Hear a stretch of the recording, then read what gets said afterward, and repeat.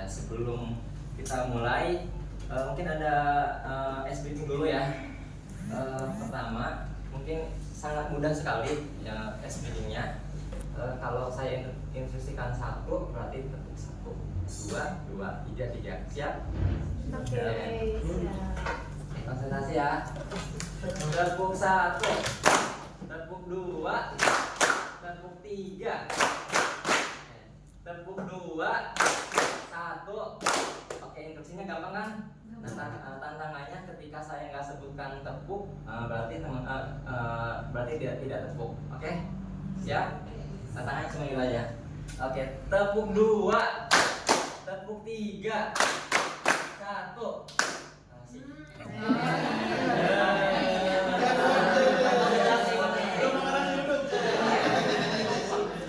Nyanyi Pak. Oke, tepuk dua, tepuk tiga, tepuk dua, tepuk tiga, satu. Oke. Semuanya ada konsentrasi. Ini berkenaan dengan pembelajaran mendalam teman-teman semuanya. Tadi sebenarnya sudah gambaran umumnya kemarin sudah digambarkan sama Teacher Irma. Ini sekarang kita diskusi sedikit berkenaan dengan ini dan berkenaan dengan pengertian, definisi dan yang lainnya. Teman-teman juga pasti sudah mendengar minimal tentang kemandirian dan yang lainnya itu pasti semua juga harus berkenaan dengan itu. Kita mungkin di sini sedikit berdiskusi di sini. Kita lihat di sini ada 3 poin. Di pendahuluan ini latar belakangnya ini pemerintah membuat ini perubahan masa depan yang sulit diprediksi, kemudian pemasaran buku pendidikan berkenaan dengan literasi. Kemarin sering memaparkan literasi kita seperti apa nilainya dari nilai dunia, numerasi, keterampilan berpikir tingkat tinggi dan ketimpangan pendidikan. Kemudian bonus demografi 2035 dan visi Indonesia 2045 serta kompetensi masa depan. Itu dari sininya. Kemudian ini di datanya yang sudah ada, yakni berkenaan dengan keterampilan berpikir tinggi ya. Ini Indonesia datanya seperti ini. 99% ini masih di level 1 sampai 3. Bisa di sini dilihat datanya di warna hijau ini level 1 masih termasuk tinggi, level 1, level 2 dikit juga, level 3 tambah dikit, level 4 sampai 6 apalagi baru 0,8 ya. Oke, di sini dan 1% ini masih 1% masih di 4 sampai 6. Jadi sangat rendah dari sampel yang ada itu. Itu mungkin berkenaan dengan datanya. Mungkin ini mewakili peserta didik kita, mungkin kita sendiri dari data ini. Oke, kemudian mengapa perlu pembelajaran mendalam? Sini berkenaan ini untuk melengkapi saja dalam praktek karakteristik praktek pedagogi yang kita lakukan itu. Pertama nih, ini lengkap saja, ada keterlibatan. Jadi ada keterlibatan. Jadi kita ada tidak hanya sekedar guru ataupun jadi siswa pun dilibatkan dalam pembelajaran. Dalam proses mendapatkan ilmu pengetahuan pun siswa dilibatkan. Jadi ada keterlibatan di situ. Yang kedua, berkesadaran. Di sini dibangkitkan kesadaran. Kalau di sini guru lebih dapat membangun kesadaran peserta didik untuk menjadi pembelajaran yang aktif. Jadi diberikan kesadaran supaya siswa itu memiliki kesadaran bahwa dia adalah pembelajar yang aktif. Kalau pembelajaran dan termotivasi secara intrinsik. Jadi pembelajar yang aktif itu nanti dia akan timbul dalam dirinya untuk mau selalu belajar, tidak hanya di kelas tapi di luar kelas aja. Bahkan setelah selesai sekolah, bahkan sampai perguruan tinggi S1, S2, S3, tapi dia tetap mau untuk terus belajar. Kalau bahasa di kurikulum sebelumnya, belajar sepanjang hayatnya. Jadi berkesadaran terus belajar aktif, kemudian membangun sinergi belajar untuk mencapai sebuah tujuan pembelajaran itu. Kemudian memuliakan. Tidak hanya itu, ini untuk melengkapi lagi memuliakan. Terkadang kalau kita lihat yang suka memuliakan kan pasti siswa memuliakan gurunya, hormat kepada gurunya. Tapi kita juga perlu ada hal yang perlu perhatikan juga, kita pun ternyata harus menghormati juga murid kita, menghargai murid kita. Kalau kita lihat mungkin di pesantren murid suka cium tangan, terus sekolah pun cium tangan, mengambil berkah dari gurunya.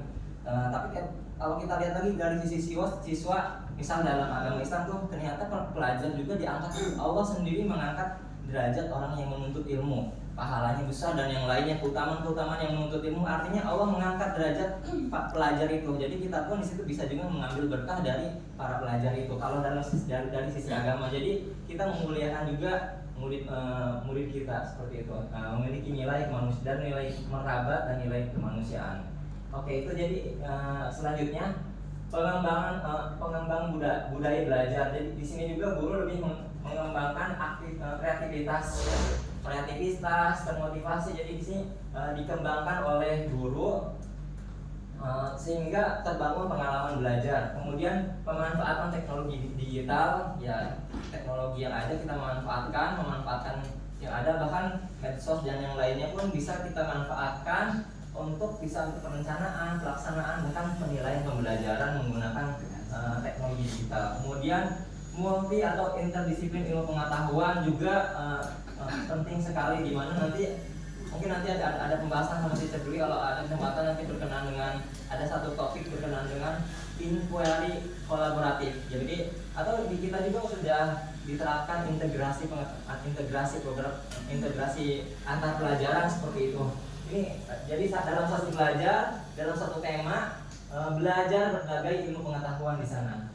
Oke, selanjutnya untuk pengertiannya sendiri dari definisinya tentang pembelajaran mendalam atau deep learning itu merupakan pendekatan yang memuliakan, yang tadi kita singgung, memuliakan dengan menekankan pada penciptaan suasana belajar dan proses pembelajaran. Yang paling dipelajari seperti cerita itu ada berkesadaran, bermakna, menggembirakan, ya.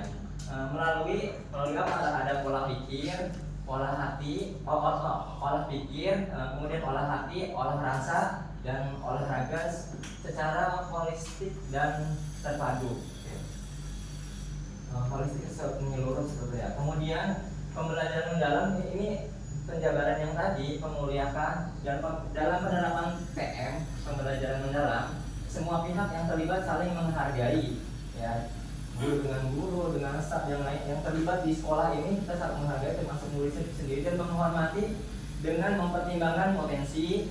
Kita tahu potensi anak-anak yang begitu luar biasa hebatnya, kemudian martabat dan nilai-nilai kemanusiaannya. Kemudian ini penjabaran yang begini tadi, pembelajaran mendalam itu ada 3 tadi, berkesadaran, bermakna, dan menggembirakan.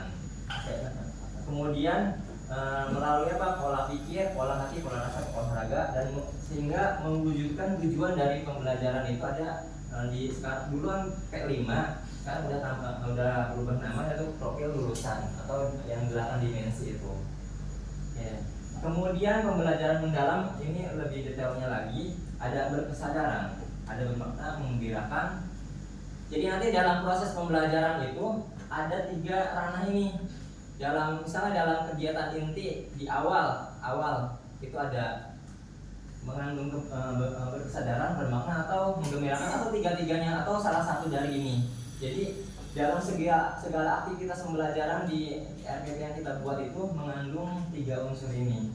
Kemudian kita lihat berkesadaran, pengalaman belajar peserta didik yang diperoleh ketika mereka memiliki kesadaran untuk menjadi pelajar yang tadi ya. Kemudian bermakna, menggembirakan. Jadi intinya semua aktivitasnya mengacu kepada 3 ini. Ya, dalam